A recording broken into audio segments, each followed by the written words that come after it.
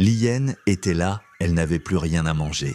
Elle avait si faim qu'elle n'en pouvait plus. Dans les rues du village, chaque fois qu'elle passait, elle voyait un aveugle debout, aux entrées des maisons, disant seulement des formules magiques. Les gens lui donnèrent de la nourriture qu'il mettait dans ses sacs jusqu'à ce qu'ils soient si pleins à craquer. L'hyène regardait ses sacs.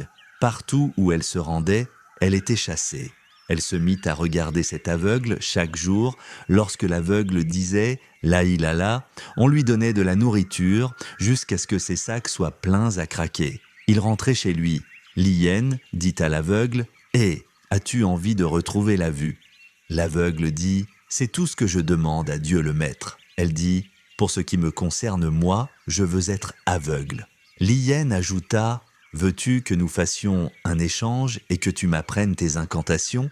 L'aveugle lui répondit « Oui, je t'apprendrai les formules magiques, ainsi tu pourras demander l'aumône. » L'hyène devint aveugle et l'aveugle retrouva la vue.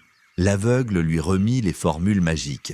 Le premier jour, elle récita les formules magiques et remplit ses sacs avec de la nourriture jusqu'à ce qu'ils soient pleins à ras-bord. L'hyène alla se coucher dans sa case et se mit à parloter. Dès qu'elle commença à sentir la faim, elle accrocha les sacs à ses épaules, elle arriva à mi-chemin et oublia les formules. Elle ne connaissait plus les formules magiques et elle ne pouvait plus savoir qui était l'aveugle. Alors, elle resta là, bêtement. Morale de l'histoire, on ne peut pas obtenir ce qu'on veut sans en comprendre le véritable sens. La sagesse et la patience sont souvent les clés de ce qu'on cherche. Mais l'avidité et l'impatience peuvent nous mener à notre propre perte.